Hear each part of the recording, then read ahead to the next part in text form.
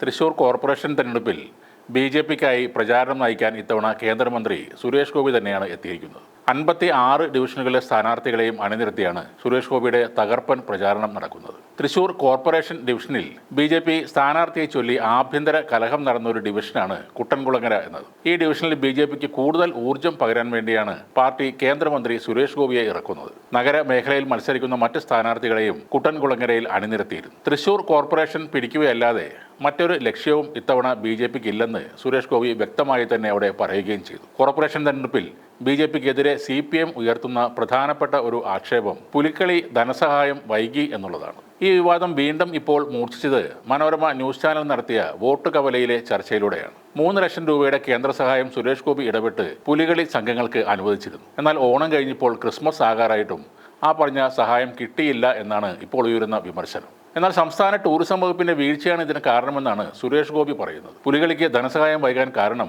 Tourism വകുപ്പിന്റെ അനാസ്ഥ എന്ന് അദ്ദേഹം കുറ്റപ്പെടുത്തുന്നു. പുലിക്കളി സംഘങ്ങളുടെ ചെലവ് കണക്ക് സംസ്ഥാന ടൂറിസം വകുപ്പ് നൽകിയിട്ടില്ല. അതാണ് ധനസഹായം ഇനിയും ലഭിക്കാത്തത്. താൻ സ്വന്തം ഇടപെടലിൽ കൂടെയാണ് കേന്ദ്രത്തിൽ നിന്നും ഈ പണം വാങ്ങി നൽകിയെന്നും സുരേഷ് ഗോപി വിശദീകരിച്ചു. കഴിഞ്ഞ ലോക്സഭാ തെരഞ്ഞെടുപ്പിൽ സുരേഷ് ഗോപി ജയിച്ചപ്പോൾ 34 ഡിവിഷനുകളിൽ ബി.ജെ.പി 1ാം സ്ഥാനത്ത് വന്നിരുന്നു. ഈ പ്രകടനം തുടർന്നാൽ കോർപ്പറേഷൻ പിടിക്കാമെന്ന കണക്കിലാണ് സുരേഷ് ഗോപിയെ പാർട്ടി ഇത്തവണ മുന്നിൽ നിർത്തുന്നത്. തൃശ്ശൂരിലെ മുഴുവൻ പാർട്ടികളും സമുദായങ്ങളും തനിക്ക് അന്ന് വോട്ട് ചെയ്തു എന്നാണ് സുരേഷ് ഗോപി പറയുന്നത്. തൃശ്ശൂരിൽ ബി.ജെ.പി കൺവെൻഷനിൽ സംസാരിക്കുകയായിരുന്നു അദ്ദേഹം.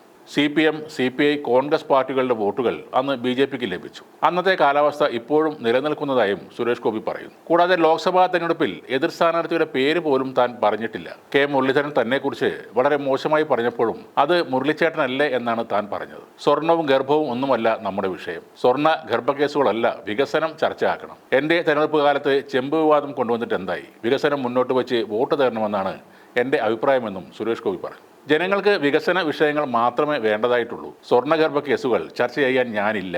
എനിക്ക് വികസന ഫോക്കസ് വിടാൻ കഴിയില്ല എന്നും സുരേഷ് ഗോപി പറയുന്നു. തൃശൂർ പാർലമെന്റ് മണ്ഡലം മാത്രമല്ല, കോർപ്പറേഷൻ കൂടി പിടിക്കാൻ കേന്ദ്രം സുരേഷ് ഗോപിയെ തന്നെയാണ് എന്തായാലും ഏൽപ്പിച്ചിരിക്കുന്നത്. തീർച്ചയായും തൃശൂർ MP ആയതിനു ശേഷം അദ്ദേഹം നടത്തിയ വികസന പ്രവർത്തനങ്ങളും പലപ്പോഴായി ചെന്ന് ചാടിയ അനാവശ്യ വിവാദങ്ങളുമൊക്കെ ഈ തെരഞ്ഞെടുപ്പിൽ നിർണായകമായ പങ്ക് വഹിക്കും. കോർപ്പറേഷനിൽ വിജയിക്കാൻ കഴിഞ്ഞാൽ സുരേഷ് ഗോപിയുടെ പൊളിറ്റിക്കൽ ഗ്രാഫ് കുത്തനെ ഉയരുമെന്നതിൽ ഒരു സംശയവും വേണ്ട.